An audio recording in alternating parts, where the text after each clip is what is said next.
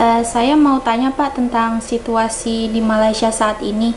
Beberapa hari lalu kan ada demonstrasi pengacara memprotes pemeriksaan hakim yang menangani kasus korupsi bekas Perdana Menteri Malaysia. Mereka protes karena pemeriksaan hakim itu dianggap mengganggu kebebasan pengadilan. Sebagai wartawan senior, bagaimana tanggapan Pak Jajang? Iya ya, ramai ya kasus itu sedang ramai di Malaysia.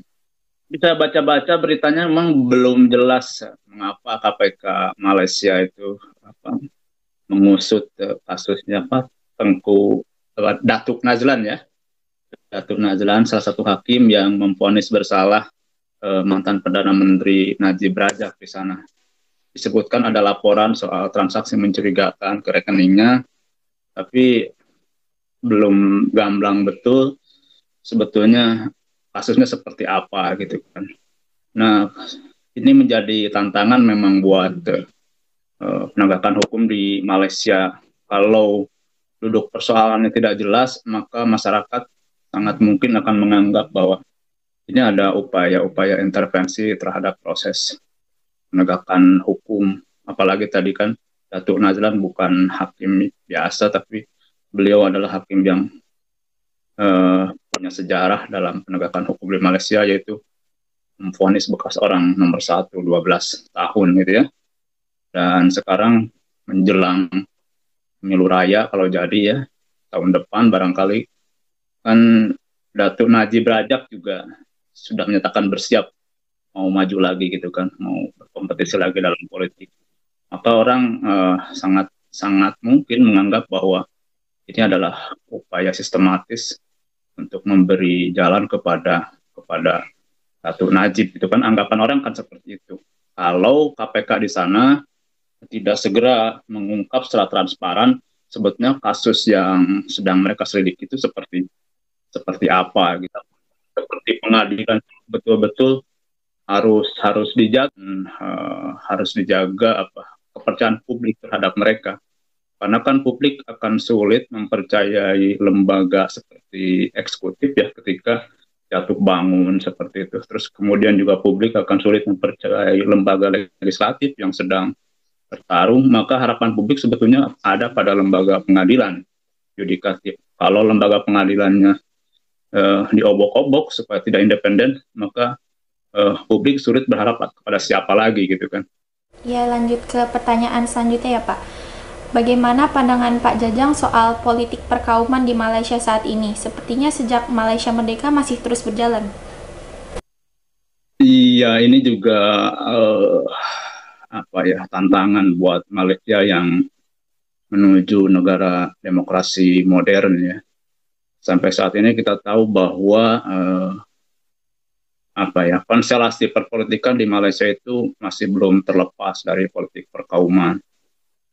Partai-partai itu hampir semuanya berbasis dari etnisitas tertentu ya, agama tertentu gitu kan. Ada partai terbesar tentu saja Melayu di sana ya. Terus kemudian ada partai yang basisnya adalah penduduk etnis Cina gitu kan. Ada yang khusus agama Islam dan seterusnya. Padahal partai itu kan sebagai institusi demokrasi basisnya seharusnya lebih pada ideologi dan program ya. Program untuk memajukan demokrasi di negaranya gitu kan, bahwa partai itu memperjuangkan kepentingan pendukungnya ya memang sudah seharusnya seperti itu. Tetapi ketika pendukungnya itu basis pendukungnya dibelah berdasarkan etnis, berdasarkan agama, berdasarkan pribumi non pribumi, itu sebetulnya Malaysia sama saja dengan memelihara faktor-faktor yang bisa memicu konflik setiap saat gitu ya. Seharusnya kan partai-partainya itu kalau partainya bergerak menjadi partai modern, justru partai harus menjadi semacam forum atau keranjang terjadi interaksi antar budaya, antar etnis yang berbeda-beda. Partai harus inklusif di dalamnya sendiri, partai harus demokratis di dalamnya sendiri. Jadi terbuka kepada semua etnis yang ada di Malaysia, terbuka kepada semua agama yang ada di Malaysia, kan seharusnya seperti itu. Partai-partai yang membedakan mereka adalah bagaimana cara mereka memperjuangkan kepentingan para pendukungnya. Itu seharusnya seperti itu. Tapi karena di Malaysia partai-partai berbasis perkauman itu masih kuat, maka konflik-konflik horizontal, baik yang nyata maupun yang sifatnya tersembunyi, itu akan tetap terpelihara sampai kapanpun gitu kan. Dan terbukti dalam turbulensi atau pergolakan politik 2 tahun terakhir kan,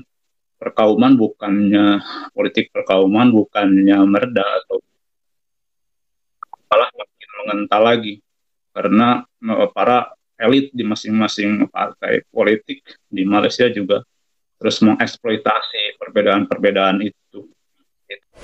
Selanjutnya ini soal konsep alam Melayu itu bagaimana Pak? Kok sepertinya semua suku di Indonesia dianggap sebagai bangsa Melayu, dan nama bahasa Indonesia pun mau ditambahin dengan nama Melayu sehingga menjadi bahasa Melayu Indonesia. Iya, ini tadi masih ya apa ya, keutamaan Melayu ya, atau di sana ketuhanan Melayu ya di Malaysia itu. Ya. Alam Melayu itu berangkat dari pemikiran seperti itu yang berbau etnosentris, menganggap bahwa etnis tertentu mempunyai kelebihan dari etnis-etnis yang lain, budaya tertentu mempunyai kelebihan dari budaya-budaya yang lain sehingga perlu diperlakukan lebih istimewa dari budaya-budaya yang lain. Maka paham alam Melayu itu memang bisa menjadi bumerang, bisa menjadi sesuatu yang berbahaya gitu kan. Karena akan semakin menguatkan dari perbedaan etnis. Kalau niatnya alam Melayu itu adalah untuk mencari kesamaan antara negara-negara yang ada dalam satu wilayah, dan dengan kesamaan itu niatnya adalah untuk membangun kerjasama yang lebih erat, maka itu ada nilai positifnya. Tetapi kalau dorongannya adalah tadi dalam rangka menguatkan sentimen etnis tertentu, bahwa etnis tertentu itu bahasanya lebih unggul, budayanya lebih unggul dibanding yang lain, sehingga perlu mendapatkan pengistimewaan, itu sebetulnya adalah alarm ya, yang membunyikan tanda bahaya. Karena kalau misalnya orang Indonesia terseret dalam perkubuan seperti itu, maka di sini tidak mungkin, tidak tutup kemungkinan bahwa orang Melayu di Indonesia akan merasa dirinya sebagai ras atau etnis yang paling tinggi kedudukannya. Konstitusinya kalau nggak salah Malaysia itu masih mengutamakan ras Melayu, kebijakan-kebijakan Bumi Putra dan non Bumi Putra, maka itu lagi-lagi itu juga akan menjadi alarm. Negara-negara tetangga, saya kira Indonesia tidak perlu terseret pada agenda seperti itu.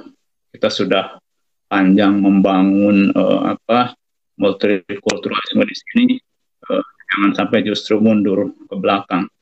Terima kasih ya Pak. Assalamualaikum. Terima kasih. Waalaikumsalam.